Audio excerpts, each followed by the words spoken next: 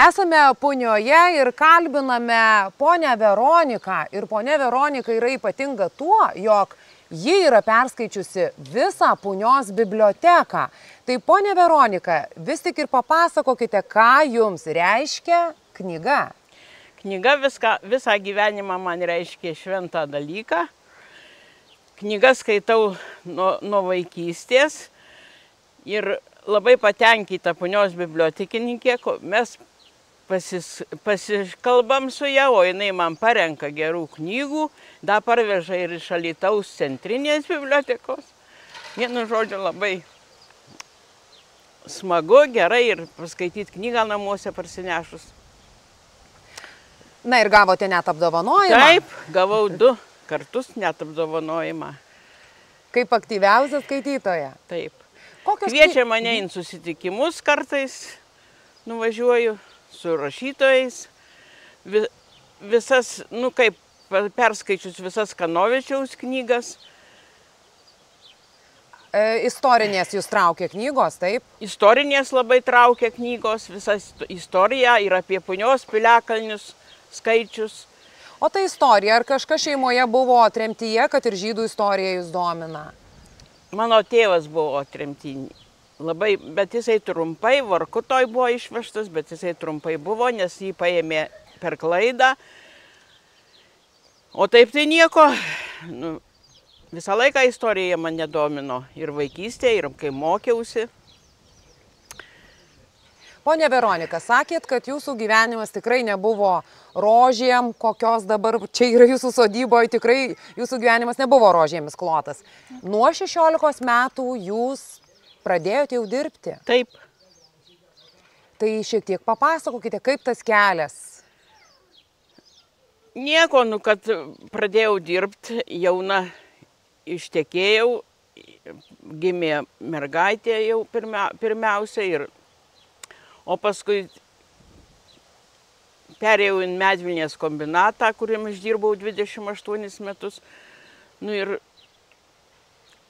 gavau butą, paskui Alytuje gyvenau, paskui, vienu žodžiu, viskas taip neblogai susiklostė palaipsniui, o dabar gyvenu gerai, pensijos užtenka, sodybą gražią turim ir knygas dabar daugiausia skaitau. Tai kiek jūs tų knygų perskaitot, nežinau, per mėnesį, tarkim? Per mėnesį tai aš nežinau, aš jau neskaičiuoju, bet žinokit, jeigu parsinešu knygą ir jeigu jinai man įdomu, tai aš, žinokit, ir per naktį perskaitau, per vieną dieną turiu perskaityti. Taip perskaitau paviršutiniškai, o paskui kitas dienas jau giliau perskaitau tą pačią knygą. Va taip aš skaitau. Dar paanalizuojat ir sakėte, su bibliotekininkė aptarė? Taip, kaip nusinešu knygas pasikeis, tai mes pasitarėm, jinai irgi labai daug skaito ir dar yra tokia Žūsinienė, direktorė buvus ir toj dar skaito ir su ta pasitarėm ir parekomenduoja jos man tokias visokias knygas. Ir dar parveža bibliotekininkė, jau sakiau, kad iš centrinės bibliotekos. Vienu žodžiu, dabar gyvenu gerai, praleidžiu laiką gerai. Tai bet kada jūs viską spėjat? Ir daržai, ir matėm, ir bulvės jau žydi, ir viskas apkuopta. Labai vyras darbštus mano, labai vyras daro daug. Aš tai raviu, aišku, bet mes jokių gyvulių nieko nelaikom jau dabar, kaip išėjome į pensiją, tai mums yra laisvo laiko daug. Tai kol jūs skaitot, vyras dirba. Taip, jisai dirba. Ar nepriekaištauja jums? Ne, kartais paburba, bet nieko. Bet nieko, jisai geras žmogus ir sutarėm ir gyvenam.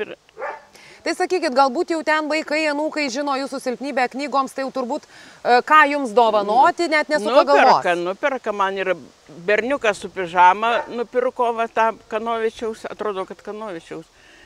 Irgi apie žydus, jūs traukia vis tik istorinės tos knygos. Taip, daugiausia tai istorinės. Tai nieko, ir romanai, kaip tos dabar naujos knygos tokios yra su užsienio rašytojų tokių, tai tie romanai, žmogaus visie gyvenimas, reikia suprasti ir pagalvoji, kad man da geriau negu jiem. Tai kaip Jūs galvojate, iš kur ta meilė knygai? Nežinau, žinokit, gal iš... Nu, aš iš vaikystės jau knygas tas mėgau, neždavausi iš bibliotekos ir skaitydavau, nors mes gyvenom be elektros dar vaikystėje, tai žinokit, lempa būdavo, tai tėvai vis rėkdavo, tai žinokit, netgi kartais buvo tokių atvejų, kad mėnulis švietė ant langą. O Jūs skaitot? O aš skaitydavau. O kaip su akimis? Ar akinius nešiojat? Skaitau dabar su akiniais. Skaitimui turiu akinius. O taip tai nieko, da viskas labai gerai matau. Tik tai mano nusilpę tas skaitimo akinius turiu pasidarius. Jau antrus. Tai jau per gyvenimą nežinau. 1000 knygų perskaitėt? Nu tai kad aš nežinau, niekada neskaičiavau ir niekada nežinau, kiek aš ten tų knygų skaičiau. Ir vienu žodžiu dabar va, anūkai, vaikai užaugyti, anūkai dideli.